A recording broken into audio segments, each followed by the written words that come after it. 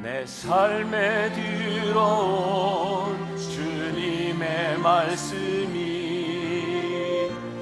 내게 빛이 되시니 내 삶의 어두운 절망 가운데 소망 보게 하시네. 말씀이 내게 역사하기를, 말씀이 내게 살아있기를, 하나님 말씀을 듣겠나이다. 주님의 음성을 듣겠나이다. 주님의 말씀을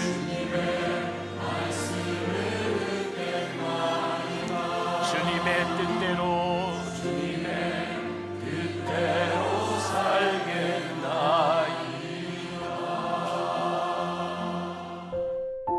말씀과 하나가 되십시오. 너는 말씀을 전파하라. 디모데후서 4장 2절. 우리는 통로가 되기 위해서만 구원받은 것이 아니라 하나님의 자녀가 되기 위해 구원받은 것입니다. 우리는 영적 중개자가 아니라 영적 메시지 자체로 변화된 것입니다. 즉, 우리 자신이 메시지가 된 것입니다. 하나님의 아들 예수 그리스도는 그분 자신이 메시지였습니다. 그분의 말씀은 영이고 생명이었습니다. 우리의 삶도 그분의 제자로서 메시지를 담은 성찬이 되어야 합니다. 구원받지 않은 사람도 어느 정도 봉사할 수 있습니다. 그러나 그 삶이 메시지를 담은 성찬이 되려면 죄에 대한 책망으로 상한 마음이 되어야 하고 성령 세례를 받아야 하며 하나님의 목적을 위해 부서져야 합니다. 증인된 삶과 설교는 차이가 있습니다. 설교자는 하나님의 소명을 받고 하나님의 진리를 선포하기 위해 모든 힘을 다 쏟기로 결단한 사람입니다. 우리는 성령 강림 후의 제자들처럼 자신이 원하던 삶에서 벗어나 주를 위해 쓰임받을 수 있도록 주님께 다듬어지고 빚어진 사람들입니다. 성령 강림은 제자들에게 무언가를 더 가르치기 위한 것이 아니었습니다. 그것은 그들이 외쳤던 메시지가 그들 자신에게 성육신하게 된 사건입니다. 곧 증거자가 되는 것이기에 주님은 너희가 내 증인이 되리라고 말씀하셨습니다. 당신이 말할 때 하나님께서 마음껏 당신을 통해 말씀하게 하십시오. 하나님의 메시지가 다른 영혼을 자유케 하기 전에 그 자유함이 먼저 당신 안에서 실제가 되어야 합니다. 최선을 다해 당신이 선포한 말이 당신의 삶이 되게 하십시오. 김병삼 목사의 매일 만나 365, 오늘은 3월 10일 말씀과 하나가 되십시오. 이런 제목으로 오늘 역시 두 개의 주제로 나누어 살펴보도록 하겠습니다. 첫 번째 주제, 메시지를 담는 그릇이 된다는 것. 챔버스는 오늘 묵상에서 아주 중요한 점을 지적하고 있습니다. 우리가 그리스도인이 된다는 것은 단순히 구원의 통로가 되기 위함이 아니라 하나님의 자녀로 살아가기 위해 구원을 받았다는 것입니다. 다른 말로 표현한다면 메시지를 전하는 통로가 되는 것이 아니라 메시지 자체가 되는 것. 이것은 분명히 다른 차원의 문제죠. 우리가 아는 것처럼 예수 그리스도는 당신 자신이 메시지가 되셨습니다. 그분의 삶이 영생의 말씀이고 생명이 되셨습니다. 그러니 우리의 삶도 메시지를 담는 성찬이 되어야 합니다. 여기서도 아주 중요한 표현이 나오고 있죠. 메시지를 담는 성찬. 그러면 우리의 삶이 메시지를 담는 성찬이 된다는 것이 무엇을 의미하는지 알아야 할 것 같습니다.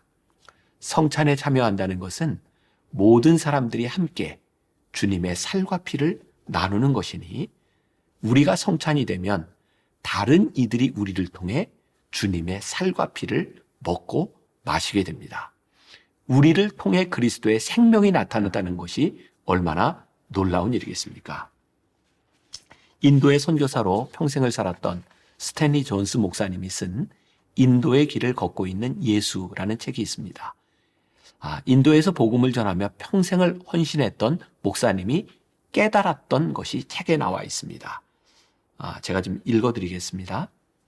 많은 기독교인들이 사실은 진정한 그리스도인이 아닙니다.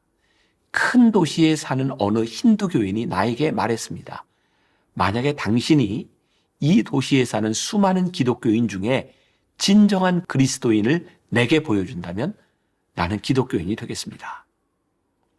또 다른 글입니다. 예수 그리스도는 삶을 영위하는 방법을 알려주고자 이 세상에 오신 것이 아닙니다.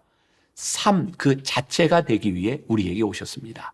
진실 그 자체가 되기 위해 우리에게 오셨습니다. 만약 어떤 사람이 진실의 끝까지 갈 수만 있다면 참 진실이신 예수 그리스도를 만나게 될 것입니다. 이 스탠리 존슨 목사님의 말이 오늘 오스왈드 챔버스가 말하는 것과 맥을 같이 하고 있습니다. 자, 우리가 흔히 성찬에 참여한다라는 말을 하는데 이것은 십자가에 달려서 찢기신 살과 흘리신 피를 기념하는 것입니다. 떡을 떼고 포도주를 마시며 주님의 살과 피를 우리의 몸속에 모시는 것입니다. 우리의 삶이 메시지를 담는 성찬이 될 때 우리의 삶에서 그리스도의 살과 피가 나타납니다. 우리를 통해 이 세상을 위해 십자가에서 죽으신 주님의 생명이 전해지는 것입니다. 챔버스의 말입니다. 그 삶이 메시지를 담는 성찬이 되려면 죄에 대한 책망으로 상한 마음이 되어야 하고 성령 세례를 받아야 하며 하나님의 목적을 위해 부서져야 합니다. 자, 오늘 우리가 기억해야 될 한 줄 노트. 하나님은 우리를 메시지를 전하는 통로가 되라고 하신 것이 아니라 메시지 자체가 되라고 부르셨습니다. 두 번째, 그리고 메시지 자체가 된다는 것. 오늘 묵상을 통해서도 끊임없이 챔버스가 말했던 것을 확인하게 되는데 구원을 받는 것과 사명자로 사는 것의 차이를 구별하는 것입니다. 구원받은 사람들이 자신의 은혜를 간증하는 것과 구원받은 자들이 하나님의 말씀을 전하는 설교는 엄연히 다른 것입니다. 그런데 이 구별이 혹시라도 강단에서 설교하는 목회자들에게만 국한된 것이라고 생각하지 않았으면 좋겠습니다. 하나님께서는 우리들 모두를 말씀을 전하는 증인으로 부르셨으니 말입니다. 말씀을 전하는 설교자가 된다는 것은 부르심을 받은 사람이 말씀의 증인이 되어 모든 힘을 쏟기로 결심한다는 것입니다. 성령 강림절 이전의 제자들이 주님을 믿어 구원을 받았을지는 모르지만 그들은 아직 증인이 아니었습니다. 성령이 제자들에게 임하자 이들은 지금까지 자신이 원했던 삶에서 벗어나 주를 위해 쓰임받도록 다듬어진 사람들이 되었습니다. 아주 중요한 점인데요. 챔버스의 글입니다. 성령 강림은 제자들에게 뭔가를 더 가르치기 위한 것이 아니었습니다. 그것은 그들이 외쳤던 메시지가 그들 자신에게 성육신하게 된 사건입니다. 오늘 묵상의 핵심이 여기에 있습니다. 성령 강림을 통해 제자들은 자신이 전하는 말씀과 하나가 되었다는 것입니다. 말씀이 육신이 되어 이 땅 위에 오셨던 예수님의 성육이 제자들에게도 일어난 것입니다. 이제는 말씀을 전하는 객체가 아니라 그 말씀을 전하는 자가 메시지 자체가 된 것입니다. 이때 주님께서 말씀하신 너희가 내 증인이 되리라. 그 말씀이 이루어지는 것이죠. 우리가 요즘 흔히 쓰는 말 중에 유체 이탈 화법이라는 표현이 있습니다. 분명히 옳은 말을 하고 필요한 말을 하는데 자신과는 전혀 관계없다는 듯이 말하는 것, 즉 영혼 없는 말을 일컫는 말이죠. 우리 크리스천들이 분명히 복음을 말하지만 복음처럼 살지 못하면 소위 말하는 유체 이탈 화법이 되는 것입니다. 우리가 말씀과 하나 되는 증인이 될 때 하나님께서는 우리들이 말하는 것을 통해 아주 자유롭게 말씀하게 됩니다.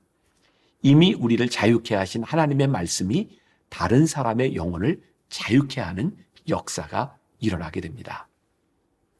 우리가 전하는 말씀은 먼저 우리 안에서 적용되고 역사할 때 우리가 전하는 말씀이 다른 사람들 안에서도 역사하는 능력이 됩니다. 이것이 증인된다는 참다운 의미입니다. 오늘 본문 말씀인 디모데후서 4장 2절에 너는 말씀을 전파하라는 의미가 바로 이런 말이죠. 말씀과 아무 상관없이 살아가는 우리가 하나님의 말씀을 다른 사람들에게 전달하는 것은 허공에 흩어지는 메아리가 될 것입니다. 그러나 그 말씀과 하나 된 우리가 전하는 말은 능력이 되어 사람을 변화시키는 기적을 만들어냅니다. 어떤 유명한 화가의 이야기입니다. 좋은 예화가 될 것 같아요. 유럽을 여행하던 중에 이 화가는 자신의 여권을 잃어버렸고 국경을 통과하는 데 문제가 생겼습니다. 경비원에게 자신의 사정을 이야기하고 자신의 신분을 밝히고 내가 유명한 화가라고 말을 하지만 경비원이 믿어주지 않습니다. 한참 실랑이를 벌이던 중 경비원이 그 화가에게 펜을 주며 그림을 그려보라고 말을 합니다. 한참을 창을 통해 자연을 바라보던 화가가 그림을 그리기 시작합니다. 얼마 지나지 않아 경비원이 말을 합니다. 당신의 말을 믿습니다. 당신이 바로 그 화가라는 것을, 그러니 이제 국경을 통과해도 좋습니다. 자신을 증명하는 일은 사실 말이 아니라 행동과 삶을 통해 나타나는 것이 정확합니다. 사람들은 크리스천을 통해 복음을 듣기보다 크리스천들의 행동에서 복음을 보기를 원합니다. 이것이 바로 우리 자신이 복음의 증인, 복음 자체가 된다는 의미가 아닐까요? 그때 우리는 말씀과 우리가 하나가 되었다고 말할 수 있을 것입니다. 우리가 기억해야 될 한 줄 노트. 당신이 말씀을 전하기 전에 그 말씀이 당신의 삶이 되어야 합니다. 이제 이런 질문으로 하루를 살아봅시다. 오늘 우리는 무엇을 행함으로 하나님의 말씀을 증명할 수 있을까요? 기도하겠습니다. 오늘 하나님께서 우리들에게 주시는 도전이 있습니다. 내가 들은 말씀, 네가 아는 말씀, 네가 말하는 그 말씀이 너에게 무엇이냐?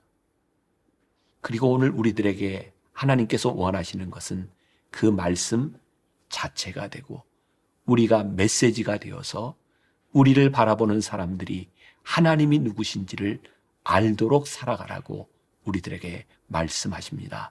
주님, 우리가 부족하지만 간절한 소원이 있습니다. 우리가 메시지가 되기를 원합니다. 우리를 통해 그리스도의 살과 피가 전해지기를 원합니다. 주님, 부족하지만 우리를 붙잡아 주셔서 오늘 하루 그렇게 살게 하여 주옵소서. 예수님의 이름으로 기도했습니다. 아멘.